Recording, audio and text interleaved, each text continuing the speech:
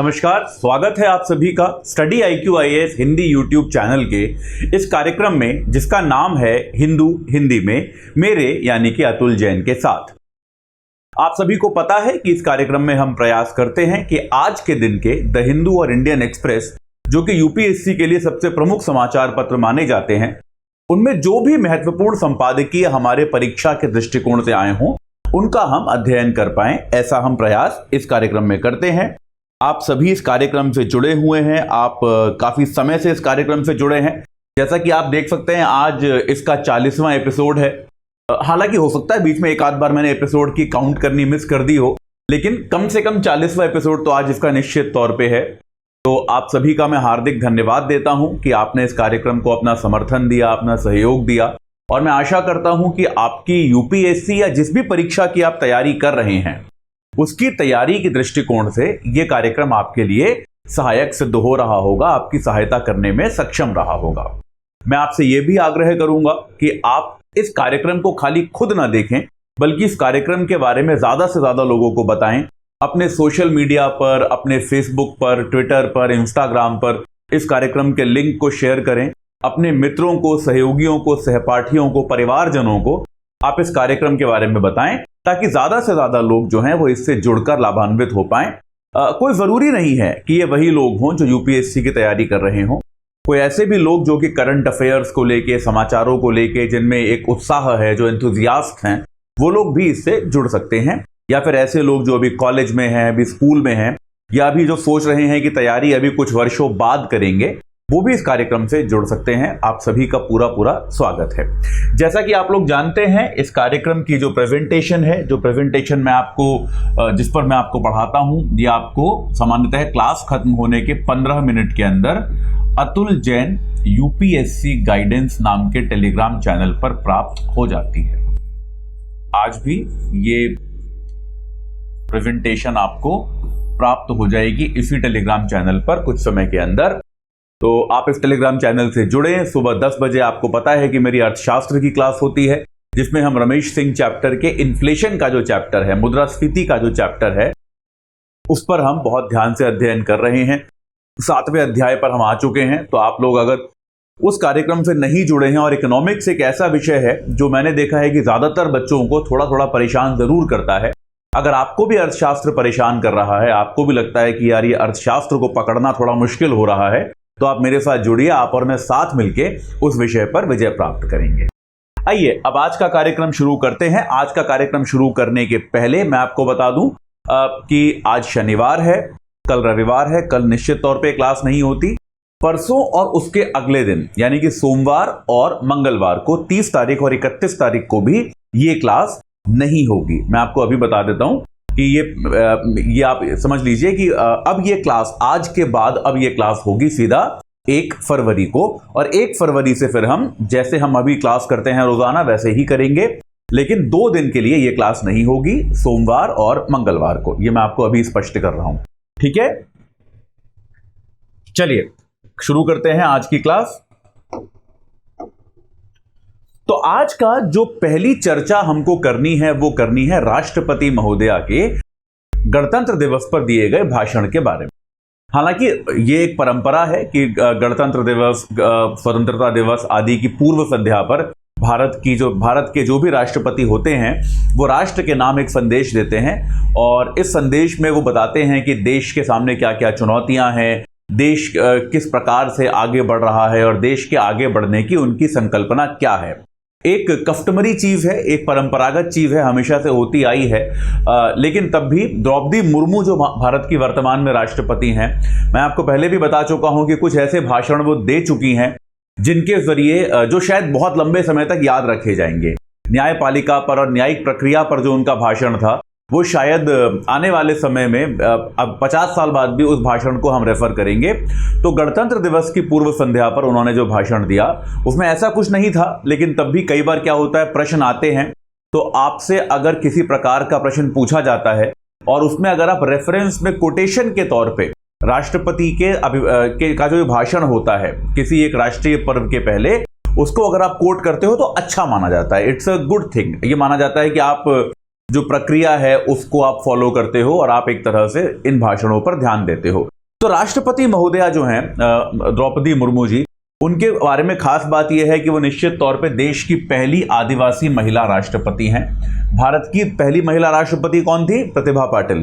तो ये गलती मत कीजिएगा, कल मैं कहीं पर पढ़ रहा था, कोरा पे किसी ने एक आंसर में लिखा हुआ था कि भारत की पहली महिला राष्ट्रपति हैं, ऐसा नहीं है। द्रौपदी मुर्मू भारत की दूसरी महिला राष्ट्रपति हैं। पहली महिला राष्ट्रपति जो थी वो जो रामनाथ कोविंद साहब के पहले थी, प्रतिभा पाटिल जो थी वो उसके पहले प्रणब मुखर्जी थे, माफ कीजिएगा, प्रणब मुखर्जी थे, उसके पहले जो थी प्रतिभा पाटिल थी, वो भारत की पहली महिला राष्ट्रपति थी। तो द्रौपदी मुर्मू भारत की दूसरी महिला राष्ट्रपति हैं और पहली आदिवासी महिला राष्ट्रपति हैं। ठीक है, तो अपने आप में ये एक बहुत बड़ा एक सिंबॉलिक चीज है, एक बहुत बड़ी सांकेतिक चीज है कि देश के एक ऐसे वर्ग से जिसको हम मानते हैं कि वो वंचित वर्ग है और विकास की दौड़ में बहुत ज्यादा पीछे छूटा हुआ है, उसका एक व्यक्ति, उसकी एक महिला जो है भारत के सर्वोच्च पद पर आसीन है, भारत में सबसे बड़े पद पर वो बैठी हैं। तो अपने आप में इनका इस पद पे बैठा होना ही एक बहुत बड़ा सांकेतिक बदलाव है। आप समझ रहे हैं कि नहीं इस बात को, कि कई बार क्या होता है, अगर ये कुछ ना भी करें तो इनका यहां तक पहुंच जाना अपने आप में एक सशक्तिकरण की बहुत बड़ी कहानी है कि एक आदिवासी महिला जो है एक सामान्य बैकग्राउंड से वो एक किस तरह से भारत के राष्ट्रपति के पद तक पहुंची, जिसके ऊपर भारत में अब कोई पद नहीं है। ठीक है, तो ये एक महत्वपूर्ण बात है। तो द्रौपदी मुर्मू जी ने क्या कहा कि भारत का जो गणतंत्र है वो पुराने और नए का एक मिश्रण है, कि हम बिल्कुल भी ये नहीं कह सकते कि हमारा गणतंत्र पूरी तरह से नया है, क्योंकि हमारी बहुत सारी परंपरा, हमारी बहुत सारी सभ्यता जो है वो प्राचीन है और हम उस सभ्यता को भी साथ लेकर चलते हैं। ऐसा नहीं है कि हम आधुनिकता के तरफ जा रहे हैं और हम एक आधुनिक गणतंत्र बन रहे हैं, जो कि हम बन रहे हैं, तो उसका तात्पर्य ये नहीं है कि हम अपने जो हमारे पुराने मूल सिद्धांत हैं, मूल आधार हैं, उनको हम कहीं छोड़ के आ रहे हैं, उनको भी हम साथ लेके चल रहे हैं। और प्राचीन सभ्यता से आधुनिक राष्ट्र का निर्माण जो है ये अपने आप में वो प्रक्रिया है जिस पर भारत चल रहा है, कि एक प्राचीन राष्ट्र से, एक प्राचीन सभ्यता से एक आधुनिक देश, एक मॉडर्न देश, एक विकसित देश जो है उसकी तरफ हम कैसे जाएंगे, ये भारत की यात्रा है। इसमें उन्होंने बहुत सारी चुनौतियां बताई कि किस तरह से बहुत सारी चुनौतियां आ रही हैं, संकट आ रहे हैं। उन्होंने ये भी बताया कि आर्थिक प्रगति हमने किस तरह से बहुत अच्छी की है, ये सारी चीजें उन्होंने बताई। ठीक है, साथ के साथ उन्होंने ये भी कहा, बहुत इंपॉर्टेंट चीज है ये, कि स्वतंत्रता संग्राम जो है वो केवल स्वतंत्रता के लिए नहीं था, अपनी पहचान ढूंढने के लिए भी था। देखिए, अगर आपको ये वाली बात समझनी है तो आपको थोड़ा सा महात्मा गांधी को पढ़ना पड़ेगा। अगर आप जैसे थोड़ा सा महात्मा गांधी की विचारधारा को आपको जानना पड़ेगा, तो महात्मा गांधी की विचारधारा जो है वो हमेशा से ये थी कि केवल देश को आजाद कराना काफी नहीं है, आजाद देश जो है वो कैसा स्वरूप लेगा ये जानना भी बहुत ज्यादा जरूरी है।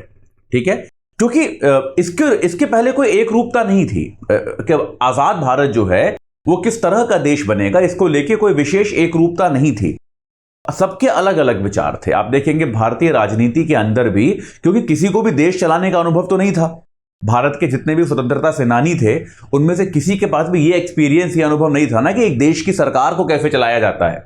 और स्वतंत्रता संग्राम लड़ना और देश की सरकार चलाना दो एकदम अलग चीजें हैं कि नहीं है? निश्चित तौर पे हैं। तो यहां पर महात्मा गांधी ने एक विजन सेट किया था कि भाई हम एक स्वतंत्र देश के तौर पर किस तरह के देश बनेंगे, ये महात्मा गांधी के दिमाग में एकदम क्लियर था कि हम एक इस प्रकार के देश बनना चाहते हैं। और हमारा लक्ष्य केवल स्वतंत्रता नहीं है, हम ये चाहते हैं, मतलब हमारा लक्ष्य कोई ऐसा स्वतंत्र देश बनना नहीं है जो आज स्वतंत्र हो जाए और 10 साल के अंदर वहां पे सिविल वॉर हो जाए, युद्ध हो जाए, ये सारी चीजें हो जाएं। ऐसा देश हमें नहीं चाहिए। हम स्वतंत्र होंगे, लेकिन हम स्वतंत्र तब होंगे जब हमें स्पष्टता होगी और जब हम लोग एक रूप हो जाएंगे कि हमको स्वतंत्र भारत किस तरह का चाहिए।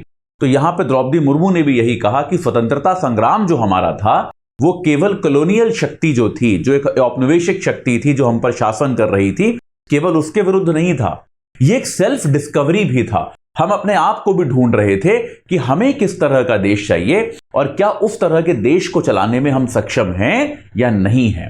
तो ये एक बहुत महत्वपूर्ण बात है जो द्रौपदी मुर्मू ने कही।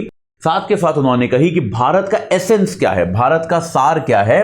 भारत का सार यह है कि हमारी जो विविधता है, ये वास्तविकता में हमारी शक्ति है, हमारी विविधता हमको जोड़ती है कि हमारे पास कितनी तरह की विविधता है। आप देखिए, एक बार सोच के देखिए, भारत शायद दुनिया का पहला ऐसा देश होगा जहां पर उत्तर से दक्षिण, पूर्व से पश्चिम कुछ भी कॉमन नहीं है।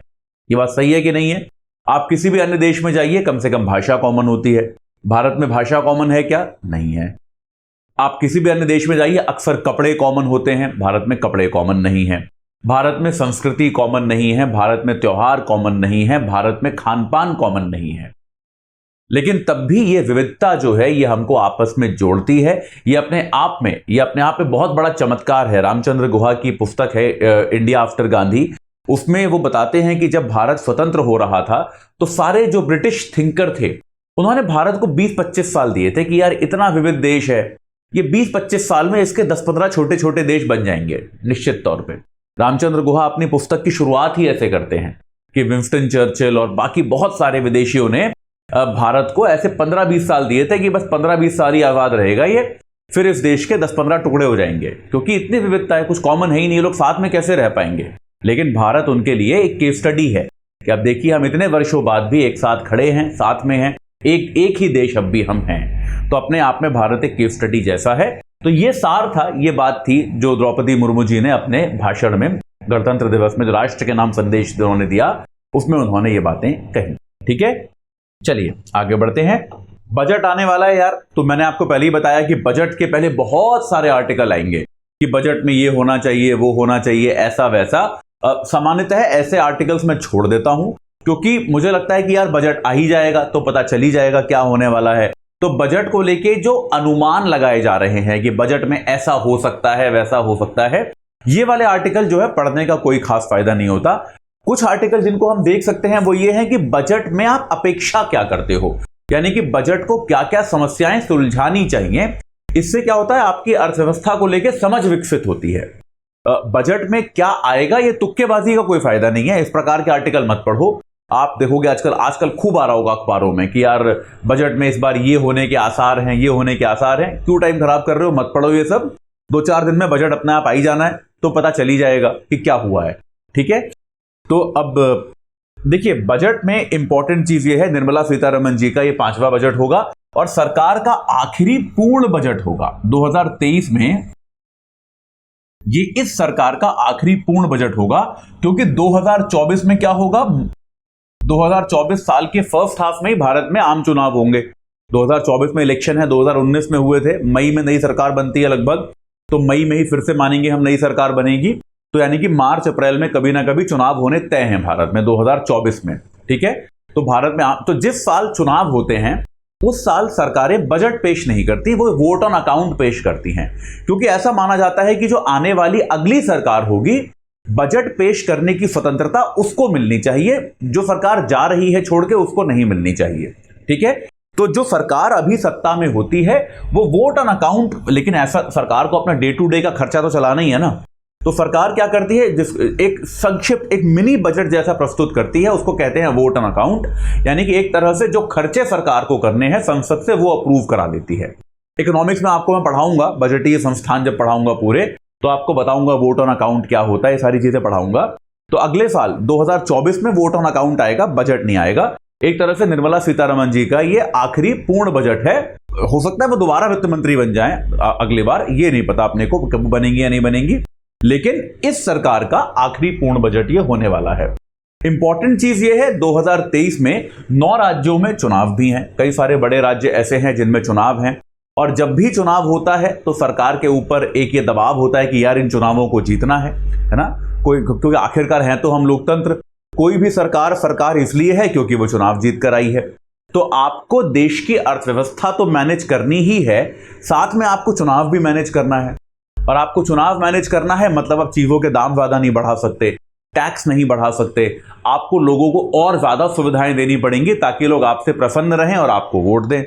तो ये चीज जो है वो करेंगी। तो ये 9 राज्यों में चुनाव जो है, और आर्थिक विकास का दबाव, क्योंकि आपको याद है कुछ दिनों पहले मैंने आपको पढ़ाया था कि पिछला साल जो है, पिछले 2 साल चलिए हमारे संकट में निकल गए, कोविड, युद्ध वगैरह वगैरह, रूस यूक्रेन युद्ध, और साथ के साथ हम इन्फ्लेशन को मैनेज करने की बड़ी कोशिश कर रहे थे कि मुद्रास्फीति बहुत ज्यादा ना बढ़ जाए। लेकिन अब वो भी कंट्रोल में है। वैदेशिक दशा, ये सारी चीजें भी अब ठीक ठाक हैं। और दुनिया में रिसेशन की एक बात चल रही है कि रिसेशन आने वाला है, मंदी आने वाली है। तो इस साल तो हमको आर्थिक विकास पे फोकस करना ही पड़ेगा। आपको याद है, आपको मैंने पहले पढ़ाया था ये बात कि अगर हम अब आर्थिक विकास नहीं करेंगे तो हमको बड़ी समस्या होने वाली है। हमको अब तो आर्थिक विकास करना ही पड़ेगा। ठीक है, तो ये दो फैक्टर्स जो हैं, ये निर्मला सीतारमण जी के लिए बहुत बड़ी चुनौती होने वाले हैं कि इन दोनों को आप कैसे मैनेज करो। यार, आर्थिक विकास का दबाव है लेकिन चुनाव भी है। चुनाव है तो आपको ऐसे खर्चे करने पड़ेंगे जिनसे आर्थिक विकास नहीं होता, यानी कि आपको लोगों को सुविधाएं और बढ़ा के देनी पड़ेंगी, जिससे आर्थिक विकास नहीं होगा लेकिन आपको करना पड़ेगा।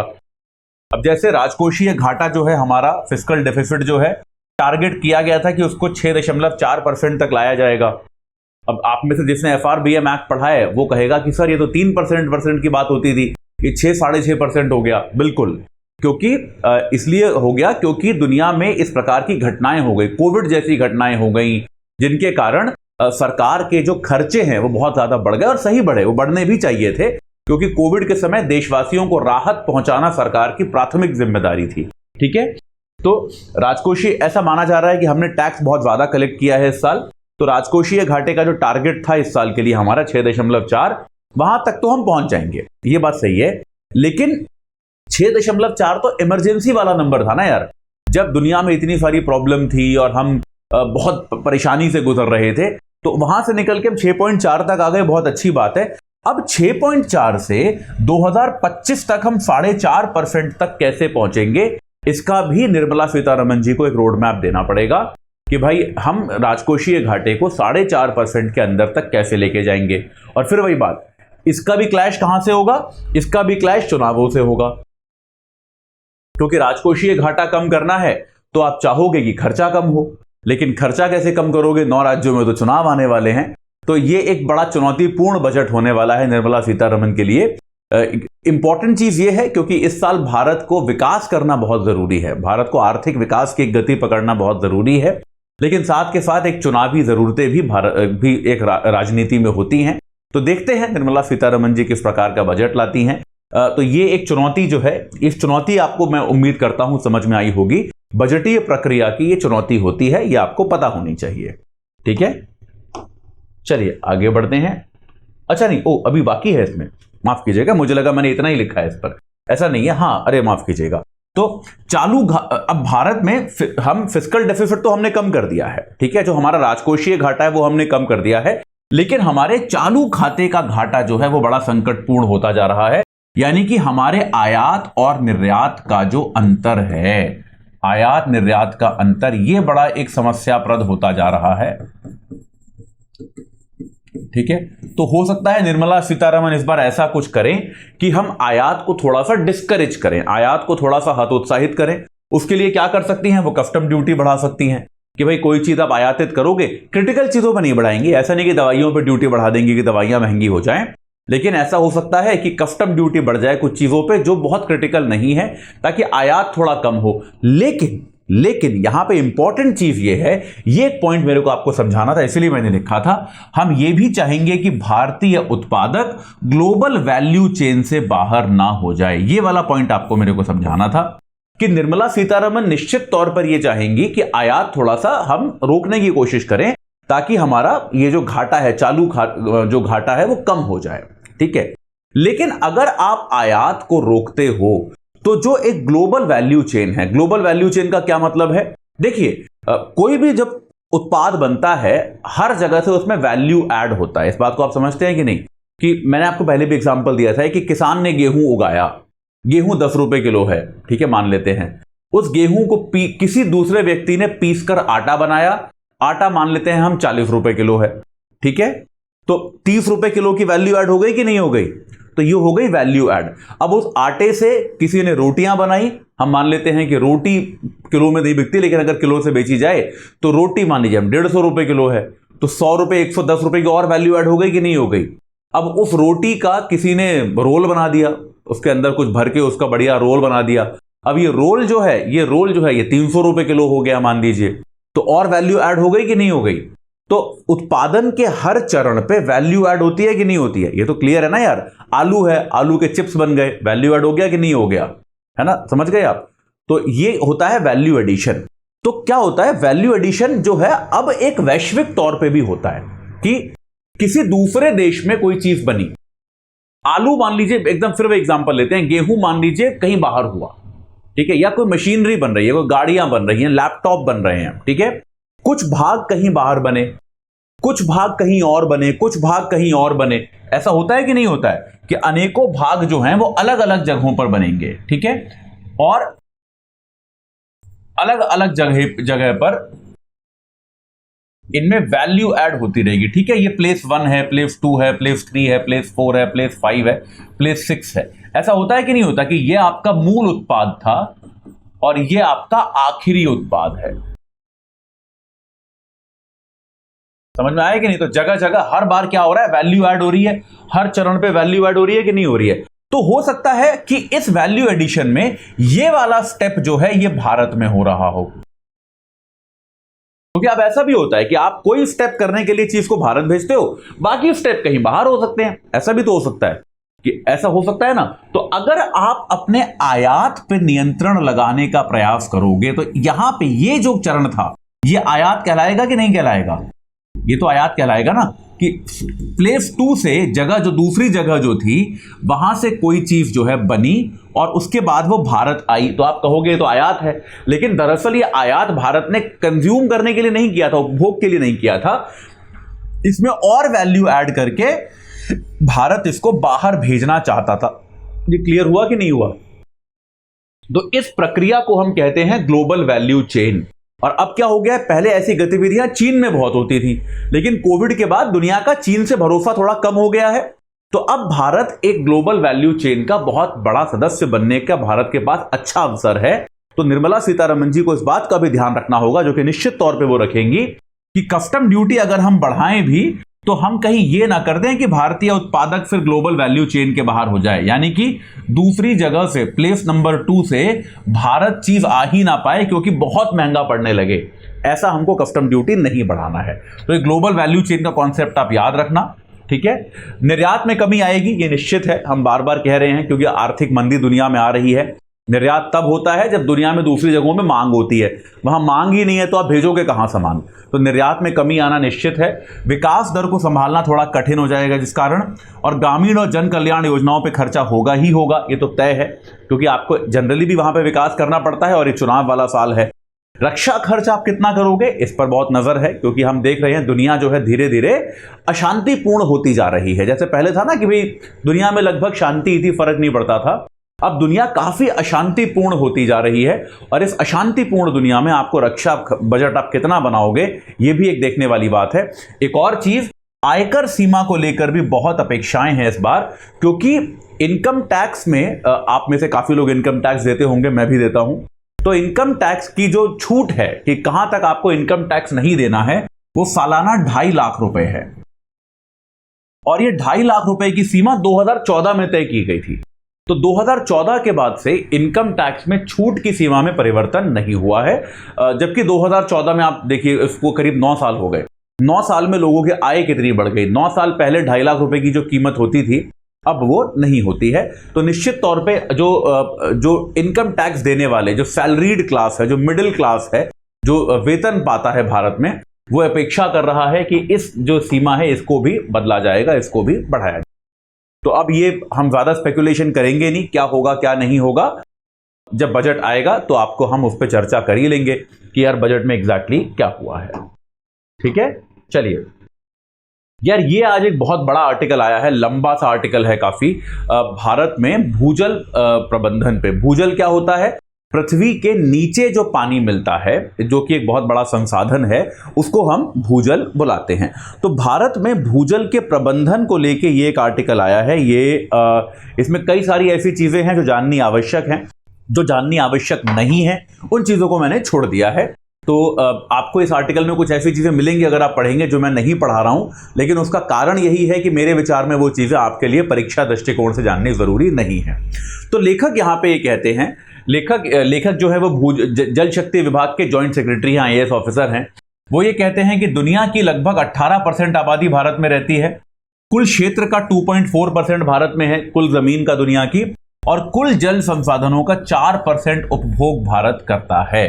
ठीक है, और भारत दुनिया का सबसे बड़ा भूजल उपभोग करता है, कि दुनिया में सबसे ज्यादा ग्राउंड वाटर कोई देश यूज करता है तो भारत यूज करता है। ठीक है, क्योंकि भारत की एक तो आबादी बहुत बड़ी है, काफी बड़ी आबादी ग्रामीण है, तो इस कारण से भारत जो है भूजल का दुनिया में सबसे बड़ा उपयोग करता है। अब धीरे धीरे हमारी एक तो जनसंख्या बढ़ रही है, और न सिर्फ जनसंख्या बढ़ रही है बल्कि हमारी अर्थव्यवस्था भी बढ़ती जा रही है। ठीक है, तो जैसे जैसे तो इस कारण से भूजल पर दबाव हमारा बढ़ रहा है। भूजल संसाधन जो हैं, जमीन के नीचे जो पानी है उस पर दबाव बढ़ रहा है। दबाव मतलब उसकी मांग बढ़ रही है। अब आप कहेंगे यार अर्थव्यवस्था से क्या फर्क पड़ता है? देखिए, जैसे जैसे आपकी आर्थिक प्रगति होती है, प्राकृतिक संसाधनों पर आपकी निर्भरता बढ़ती है। यानी कि आप जितना जल का प्रयोग एक अविकसित व्यक्ति, जो हम कहते हैं ग्रामीण परिवेश में जो एक एकदम सामान्य तरीके से रहता है, वो व्यक्ति जितना जल रोजाना प्रयोग करता है उससे शायद 50 गुना ज्यादा जल या 20 गुना ज्यादा जल एक दिल्ली या बंबई में रहने वाला व्यक्ति प्रयोग करता है, क्योंकि आपकी जीवन शैली इस प्रकार की है कि आपके जल का उपभोग जो है वो बहुत ज्यादा बढ़ जाता है। तो जैसे जैसे आप विकसित हो रहे हो, आपकी अर्थव्यवस्था में अनेकों उद्योग धंधे बन रहे हैं, फैक्ट्रियां लग रही हैं, आपके यहाँ अलग अलग चीजें हो रही हैं, उसके साथ के साथ आपका भूजल का जो उपभोग है वो बढ़ता जा रहा है। और भूजल क्या है? ये भी एक प्राकृतिक संसाधन है कि नहीं है? कि भाई पृथ्वी के नीचे पानी है, ये एक संसाधन है, तो इसका प्रयोग भी हमको थोड़ा सोच समझ के करना पड़ेगा। अब क्योंकि ऐसे बहुत जगह हुआ है ना कि आप देखते होंगे, वाटर टेबल कहते हैं इसको, भूजल स्तर जो है वो इतना नीचे गिर गया है कि अब आपको दरअसल मिलता ही नहीं है। पहले आप अगर अपने माता पिता या अपने ग्रैंड पेरेंट्स से बात करेंगे, वो आपको बताएंगे अरे पहले तो थोड़ा खोदने पर हैंडपंप लगते थे ना, पहले गांव देहात में आपने देखा होगा, या शहरों में भी हैंडपंप लगते थे कि थोड़ा खोदने पर हैंडपंप में पानी आ जाता था। लेकिन अब कुछ ऐसे आप खोदते रहते हो, पानी नहीं मिलता है। तो भूजल का स्तर जो है वो धीरे धीरे और नीचे जा रहा है, वो एक समस्या आ रही है। तो भारत में कृषि और पेयजल सुरक्षा की रीढ़ है भूजल। भारत में खेती भी बहुत ज्यादा भूजल पर निर्भर है, और पेयजल जो पीने का पानी जो हम पीते हैं उसकी सुरक्षा जो है वो तो पूरी तरह से भूजल पर ही निर्भर करती है। देश का लगभग 80% पीने का पानी और 2/3 सिंचाई की जरूरत जो है ये भूजल से ही पूरी होती है। आप इमेजिन कर सकते हैं ये कितना महत्वपूर्ण स्रोत है। 80% पीने का पानी हमारे को भूजल के जरिए मिलता है। ठीक है, आगे बढ़ते हैं। अब सरकारों से मेरा मतलब यहां पर क्या है? सरकारों से मतलब यह है केंद्र और राज्य दोनों सरकार जो हैं वो साथ मिलकर स्थायी भूजल प्रबंधन का लक्ष्य बनाया है कि यार इसको हमें मैनेज तो करना पड़ेगा। ये देखो क्लियर है, ये रिसोर्स इंपॉर्टेंट है, काम का है, जरूरी है, धीरे धीरे कम हो रहा है, संकट में परिवर्तित हो सकता है, तो इसको मैनेज तो करना पड़ेगा, इसका प्रबंधन तो करना पड़ेगा। तो बड़े सारे स्टेप्स लिए हैं, वो उसकी यहां पे डिटेल दी है। ये व्यक्ति जो है जिन्होंने लिखा है वो इसी विभाग के ज्वाइंट सेक्रेटरी हैं, तो उनको ज्यादा जानकारी है, उन्होंने बताया है। तो भूजल निष्कर्षण में 70% के आसपास की कमी, 70% की कमी हमें करनी है। जितना भूजल हम निकालते हैं उसको 70% तक हमको कम करना पड़ेगा। ठीक है, इसके अलावा भूजल अवलोकन कुओं के नेटवर्क को बढ़ाना, कि आपका जो वेल्स होते हैं, जो कुएं होते हैं, जहां पे आप ऑब्जर्व करते हो कि भूजल आपका कहां तक पहुंच गया है, इससे ये बहुत इंपॉर्टेंट चीज होती है, क्योंकि भूजल कहां पहुंचा इसका रियल टाइम डेटा आपको इन कुओं से मिल सकता है। तो इन कुओं की संख्या को बढ़ाना, ताकि देश में अलग अलग जगहों पर हमको पता चले कि भाई हमारा भूजल कहां पहुंचा हुआ है। अब यहां जो मैंने आपको बताया कि रियल टाइम निगरानी, वास्तविक समय की निगरानी करने के लिए डिजिटल जल स्तर रिकॉर्ड स्थापित करना। अक्सर क्या होता है, हम मान के चलते हैं कि हमारा जल स्तर बहुत अच्छा है, लेकिन जब वास्तव में काम पड़ता है तो हमको मालूम चलता है कि ऐसा है नहीं। तो उसके लिए क्या करना चाहिए? हमको एक डिजिटल तरीका अपनाना चाहिए, एक पोर्टल बनाना चाहिए, और उस पोर्टल पे एक रियल टाइम डेटा हो कि वास्तविकता में यहां पर भूजल स्तर कितना है। तो वो ये डेटा हमें स्थापित करना है। भूजल की केवल मात्रा नहीं, उसकी गुणवत्ता भी देखनी है, बार बार उसकी निगरानी करनी है। ऐसा तो नहीं है कि भूजल जो है वो धीरे धीरे प्रदूषित हो रहा है, वो गंदा हो रहा है, क्योंकि भूजल अदरवाइज क्या होता है, बहुत साफ होता है। जो ये ग्राउंड वाटर होता है ये बहुत साफ होता है और ये पीने के लिए प्रयोग किया जाता है। तो इसकी गुणवत्ता जो है, ये इसकी साफ सफाई कितनी है, इस पर भी हमको निगरानी करनी पड़ेगी।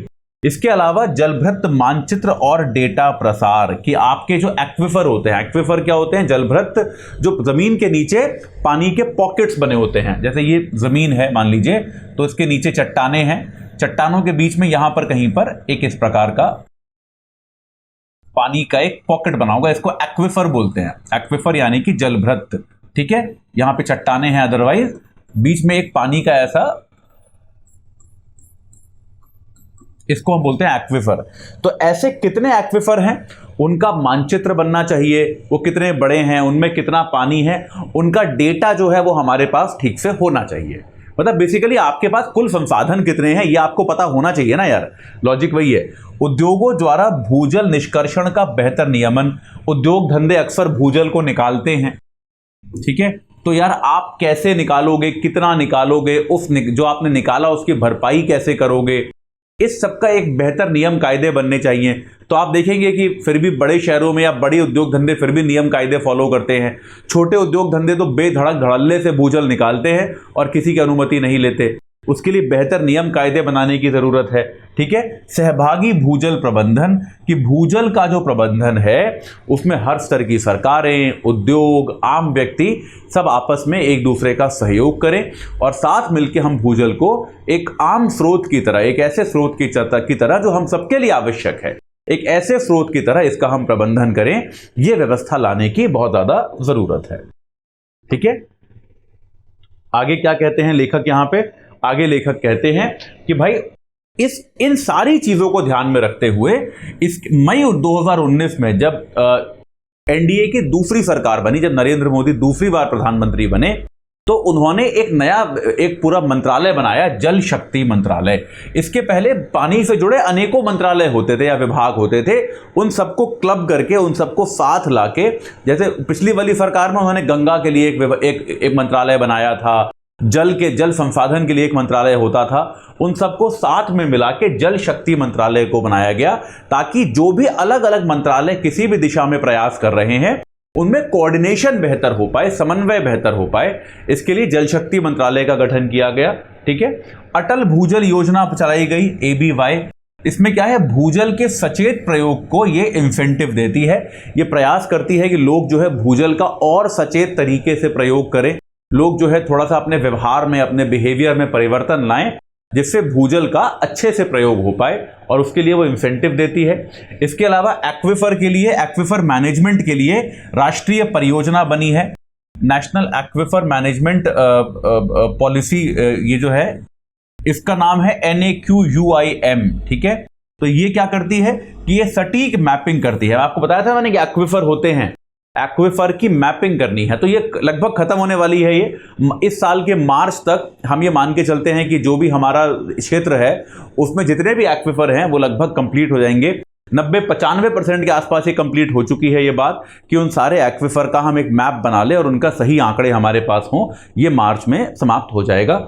इसके अलावा एक ऐसा हमने सॉफ्टवेयर भी विकसित किया है जिसका नाम है INGRES, ठीक है, India ground water resource estimation system.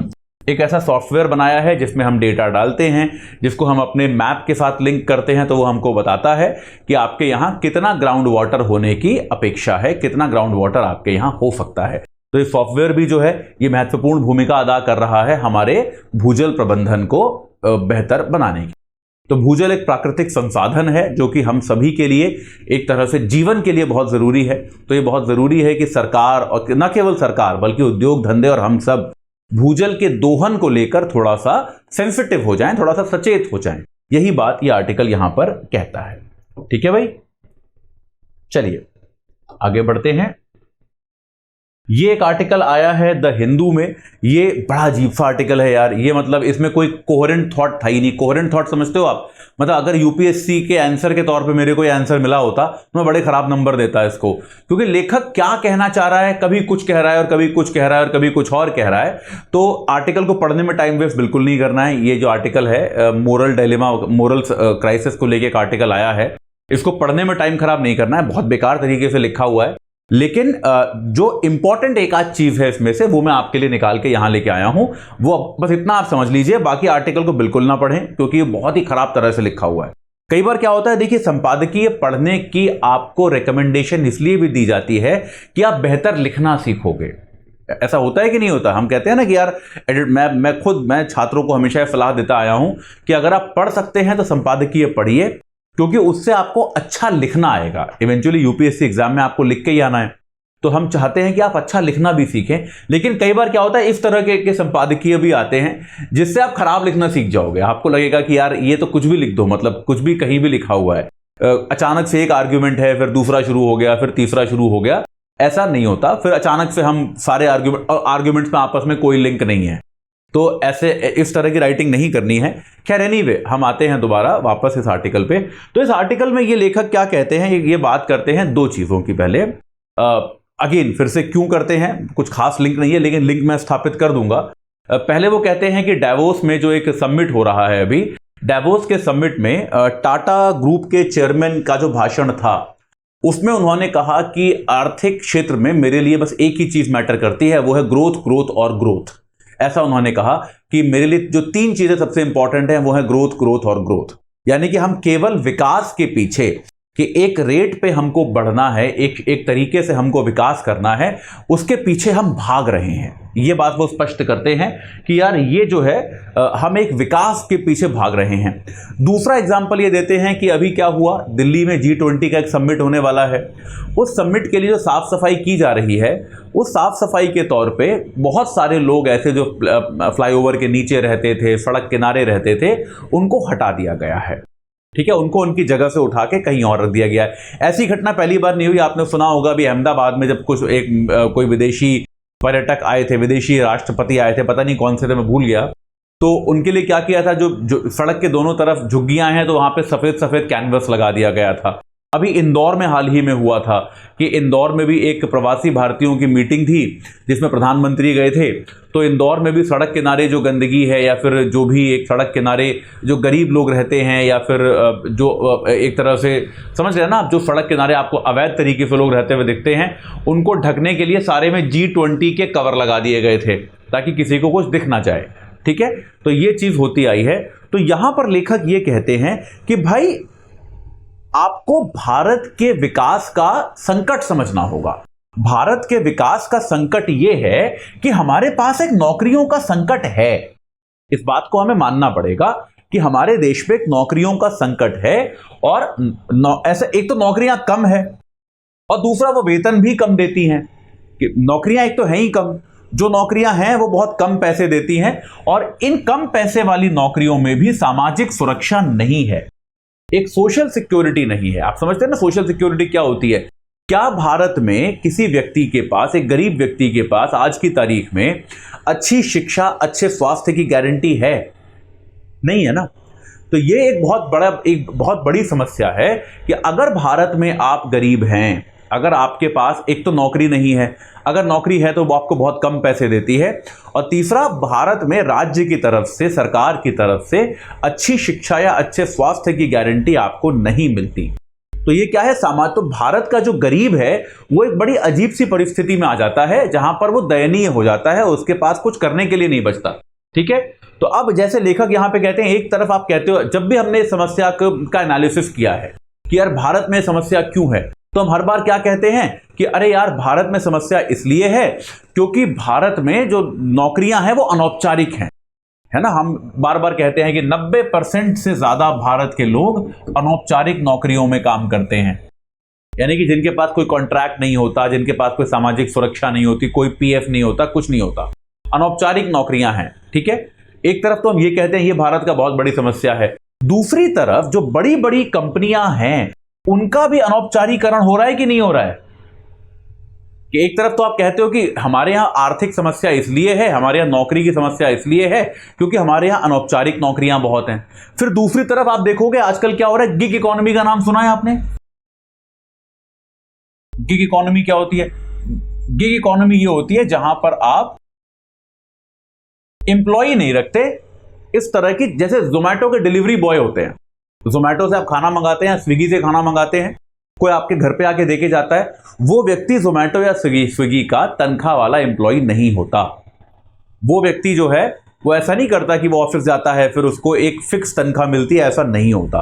वो गिग इकोनॉमी पे है, यानी कि वो कितने ऑर्डर डिलीवर करेगा उस पर उसकी आमदनी निर्भर करती है। तो ये क्या है, ये एक अनौपचारिक व्यवस्था हो गई कि नहीं हो गई।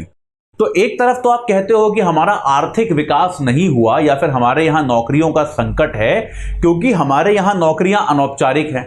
दूसरी ओर आप इतनी बड़ी बड़ी कंपनियां जिनका वैल्यूएशन बिलियन डॉलर्स में है, उनको आप अलाउ कर रहे हो, उनको आप विकास करने दे रहे हो अनौपचारिक मॉडल पे या नहीं करने दे रहे हो। क्या आप कह रहे हो हाँ ठीक है आप एक काम करो, हजारों लाखों लोगों को आप अनौपचारिक तरीके से रख लो, कोई बात नहीं, आप करो ग्रो, कोई दिक्कत नहीं है। तो आप समझ रहे हैं कि एक तरफ आप कहते हो अनौपचारिकता प्रॉब्लम है, दूसरी तरफ आप अनौपचारिकता को बढ़ावा भी दे रहे हो। मैं एक आर्टिकल पढ़ रहा था, उसमें यह लिखा हुआ था कि भारत में आजकल हम कहते हैं कि भाई स्टार्टअप कल्चर बूम कर रहा है, भारत के स्टार्टअप जो हैं वो दुनिया भर में शोर मचा रहे हैं और बहुत शानदार विकास हो रहा है। तो उसका एक एनालिसिस ये था, भारतीय स्टार्टअप कल्चर जो है वो इनोवेशन से ज्यादा दरअसल ये जो सस्ता श्रम है उसके शोषण पे आधारित है। क्योंकि आप देखिए कहीं पर भी आप बड़े स्टार्टअप्स के बारे में सोचिए तो लगभग सभी ने गिग इकोनॉमी के आधार पे वर्कर रखे हुए हैं। ऐसा है कि नहीं है? मैं आपको एक एग्जांपल दूंगा, यहां तक कि शिक्षण के क्षेत्र में इस तरह के स्टार्टअप्स हैं, मैं ऐसी कंपनियों को जानता हूं शिक्षा के क्षेत्र में, जहां पर वो टीचर्स को भी एम्प्लॉय की तरह नहीं रखते। वो क्या करते हैं, टीचर्स भी गिग इकोनॉमी वाले होते हैं कि उनको कुछ कुछ जो है, कितने आप बैच लेंगे, कितने आप क्लास लेंगे, उसके आधार पे आपको हम एक सर्टेन अमाउंट ऑफ पैसा देते रहेंगे। तो आप क्या कर रहे हैं, आप एक ऐसे संस्थान को जहां पे ट्रेडिशनली हर कोई औपचारिक तरीके से काम करता है, उस जगह को भी आप अनौपचारिक बनाते जा रहे हैं। तो आप क्या कर रहे हैं कि आप ज्यादा से ज्यादा लोगों को अनौपचारीकरण करते जा रहे हैं और दूसरी तरफ आप कहते हैं कि यार अनौपचारिक श्रम जो है वो हमारे यहां बहुत बड़ी समस्या है। तो ये एक बहुत बड़ा चैलेंज है। ठीक है, महिलाओं को जोड़ना आवश्यक है, निश्चित तौर पे महिलाओं को हम अपने श्रम से जोड़ें, हमारा लेबर फोर्स जो है उससे महिलाओं को जोड़ना जरूरी है। लेकिन क्या महिलाएं जुड़ी हुई नहीं है? लेखक ये कहते हैं महिलाएं बिल्कुल जुड़ी हुई हैं। आप कहीं भी गांव देहात में खेतों पे चले जाइए, आपको ज्यादातर काम करती औरतें दिखाई देंगी। घरों के अंदर बच्चों की देखभाल, परिवार की देखभाल, ये सब जो काम है ये औरतें करती हैं। लेकिन उनके श्रम को हम वैल्यू नहीं देते, उनके श्रम के साथ हमने कोई कीमत नहीं जोड़ी है। तो इसलिए हम कहते हैं महिलाएं हमारे श्रम से बाहर हैं, जबकि ऐसा है नहीं। ठीक है, तो अब वो कहते हैं कि अगर आप विकास की प्रक्रिया में, ये इस पे आ गया ब्लू लाइन पे, पता नहीं कैसे, अगर आप विकास की प्रक्रिया पर आप क्या करोगे, अगर आप केवल विकास की बात करोगे, जैसा टाटा ग्रुप के चेयरमैन ने कहा था वहां पर कि मुझे केवल विकास चाहिए, केवल ग्रोथ ग्रोथ ग्रोथ ऐसा कहा था, तो व्यक्ति जो है, व्यक्ति आपके लिए बस एक टूल बन जाएगा, एक संयंत्र बन जाएगा विकास का, जो कि अपने आप में बड़ी समस्याप्रद चीज है कि व्यक्ति जो है उसके पास आप उस व्यक्ति की परवाह नहीं करोगे। यह आपके पास एक बहुत बड़ा नैतिक संकट है, अर्थव्यवस्था से जुड़ा हुआ, आर्थिक विकास से जुड़ा हुआ एक नैतिक संकट है, जहां पर व्यक्ति जो अर्थव्यवस्था में काम कर रहा है, आप उसे व्यक्ति समझना ही बंद कर दो, आप उसे बस एक संसाधन मानना शुरू कर दो। ठीक है, तो यह अपने आप में बहुत बड़ा नैतिक संकट है जिस पर हमको सोचना पड़ेगा, ऐसा यह आर्टिकल हमको कहता है। हाँ, तो भाई अभी क्या हुआ है, अदानी साहब जो हैं हम सभी जानते हैं, मेरी क्लास में अक्सर मैं मुकेश अंबानी का नाम लेता हूं, तो मुझे काफी बार छात्रों ने बोला है सर अब तो आप अदानी का नाम लिया कीजिए, अदानी अब बहुत बड़े हैं, मुकेश अंबानी से बड़े हैं। तो ये गौतम अदानी साहब हैं, अदानी ग्रुप के चेयरमैन हैं ये। तो अदानी ग्रुप को लेकर एक बहुत बड़ी एक खुलासा हुआ है, एक रिपोर्ट आई है। तो अमेरिका में एक हिंडनबर्ग समूह है, ये क्या करता है, रिसर्च करता है।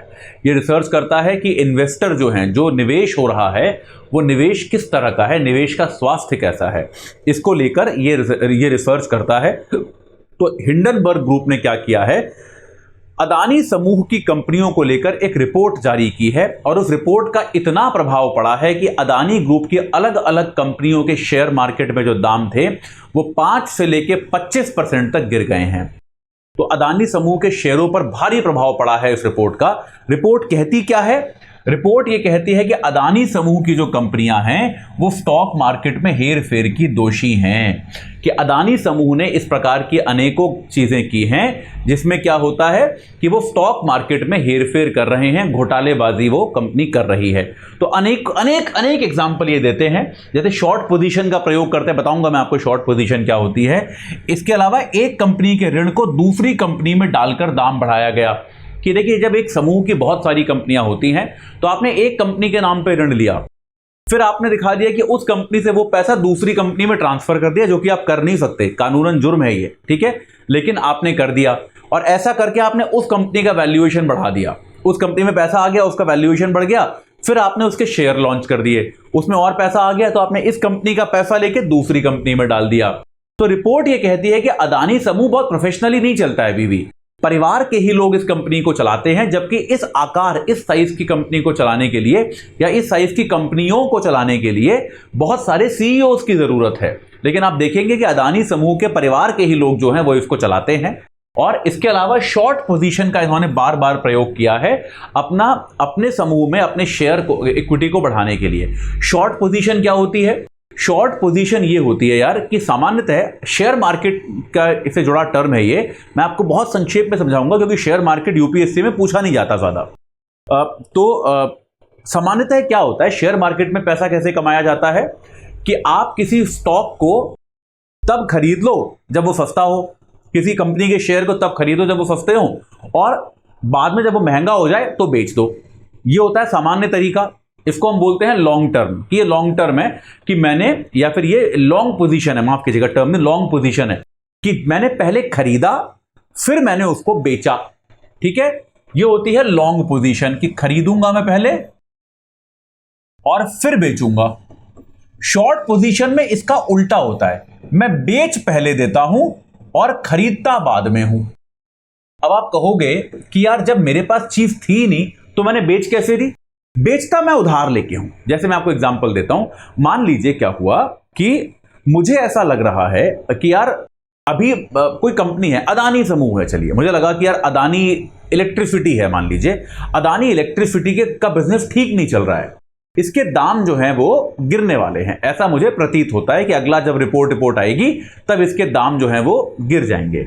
तो मैंने फिर क्या किया, मैंने अपने कुछ जो भी मुझे बाजार में, या फिर मैं एक अपने ब्रोकरेज फर्म से मैंने अदानी फर्म के जो शेयर थे उनको उधार पे लिया।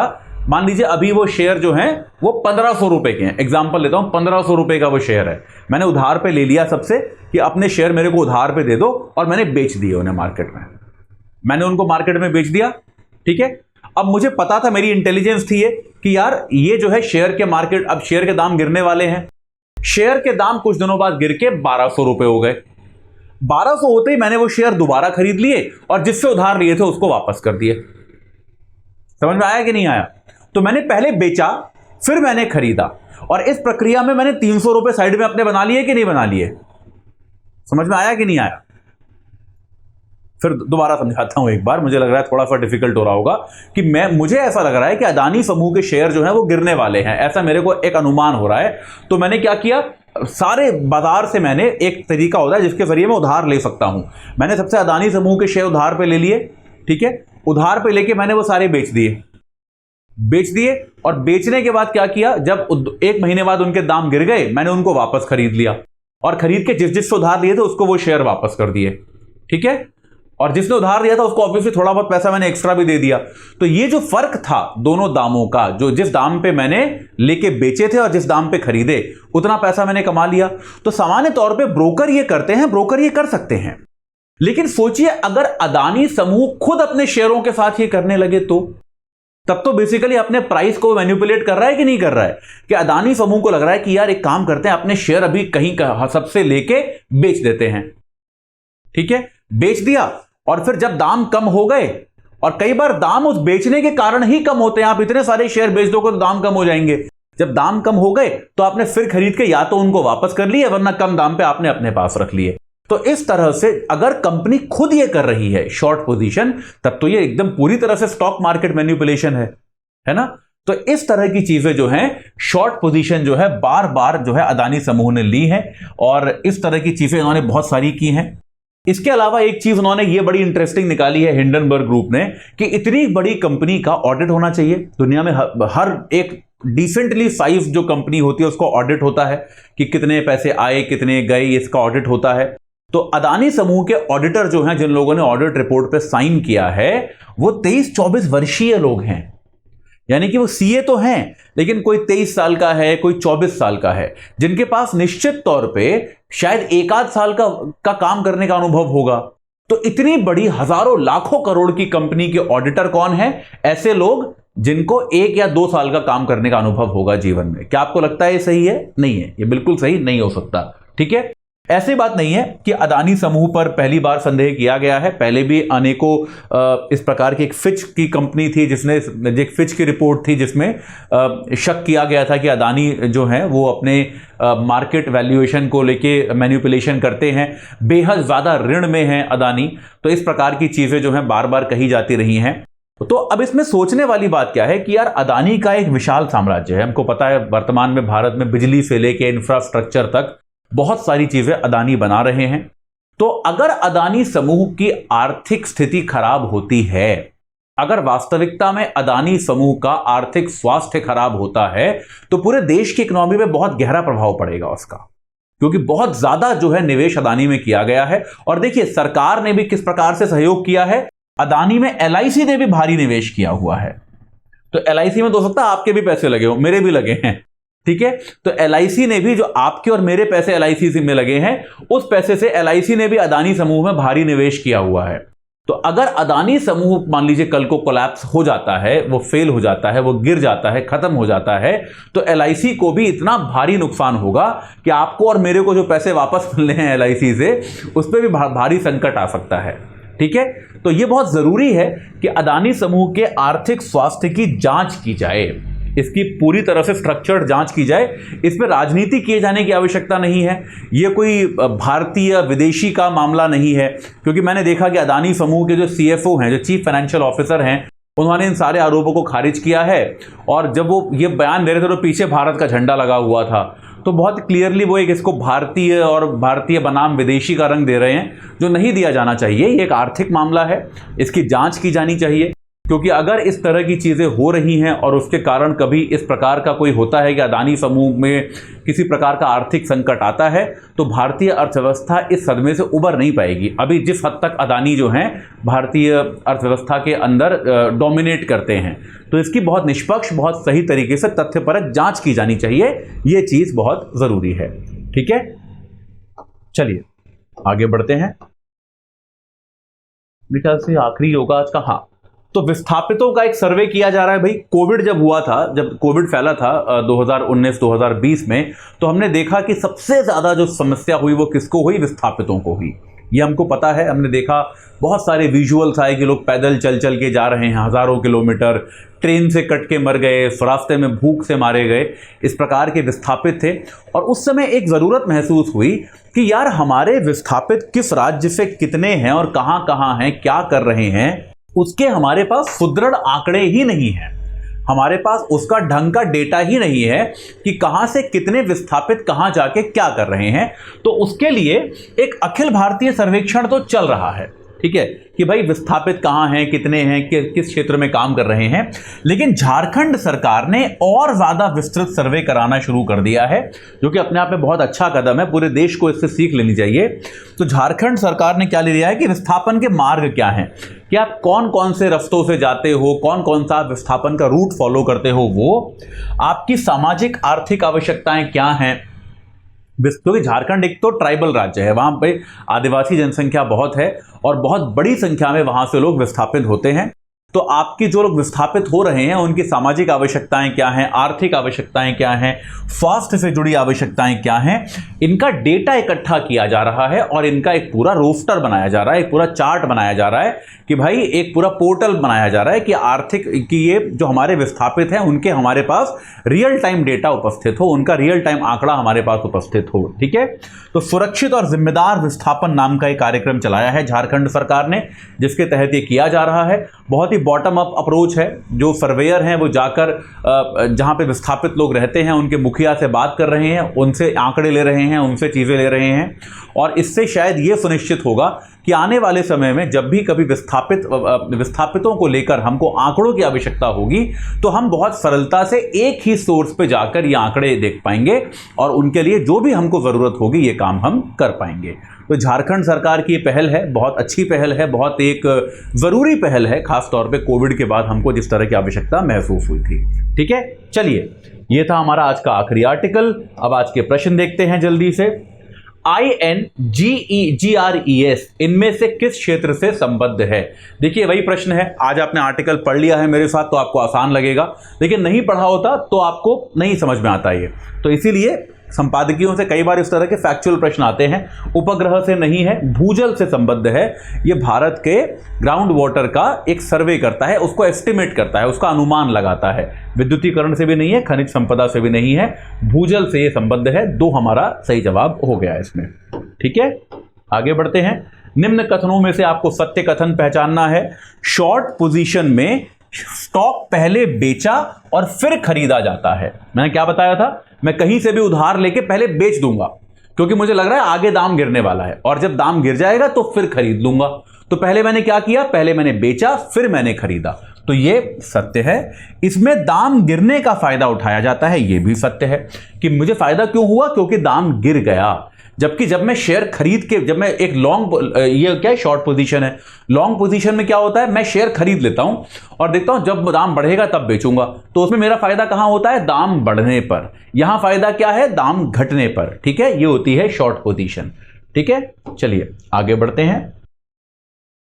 ये आपके लिए आज का सब्जेक्टिव सवाल है, बहुत ही सरल सा है, आप कर सकते हैं इसको। जो आज मैंने आपको नैतिकता वाला एक आर्टिकल पढ़ाया, जो मैं कह रहा था बड़ा बेकार आर्टिकल है, लेकिन उस पर एक बार सोचने की आवश्यकता है। भारत की आर्थिक प्रगति में नैतिकता का समावेशन अनिवार्य है, चर्चा कीजिए। देखिए इस तरह के प्रश्न जो है आपसे एस्से में भी पूछे जा सकते हैं। वो एक कोटेशन डाल देंगे कि नैतिकता के बिना ये एक दिशाहीन नाव है वगैरह, इस तरह का कुछ डाल देंगे, लेकिन मतलब यही होगा कि अगर आप आर्थिक प्रगति कर रहे हो लेकिन आपका ध्यान नैतिक प्रगति पर नहीं है, या फिर वो अनैतिक तरीके से वो प्रगति हो रही है, तो फिर वो सही तरीका नहीं है। इसके उत्तर के पॉइंट आपको सोचने हैं और केवल पॉइंट वार आपको कमेंट में जवाब देना है। ठीक है, इस क्लास की प्रेजेंटेशन आपको मिलेगी इस टेलीग्राम चैनल पर, अतुल जैन यूपीएससी गाइडेंस। ये मेरा टेलीग्राम चैनल है, यहां पर आपको इस क्लास की प्रेजेंटेशन मिलेगी। थोड़ी सी आप लोगों के लिए लंबी छुट्टी हो रही है मेरे से।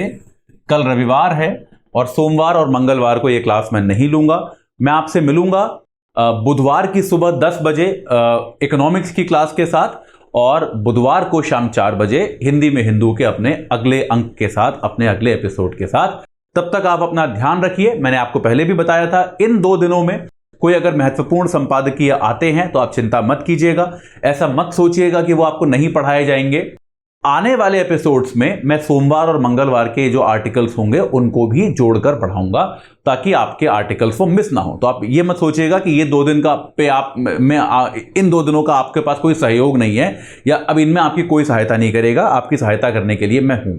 ठीक है, तो अब मैं आपसे मिलूंगा बुधवार को। तब तक आप अपना ध्यान रखिए, और आज मेरे साथ जुड़ने के लिए आप सभी का बहुत बहुत धन्यवाद। हिंदी में यूपीएससी की तैयारी से संबंधित प्रोग्राम्स को देखने के लिए सब्सक्राइब करें स्टडी IQ IAS हिंदी।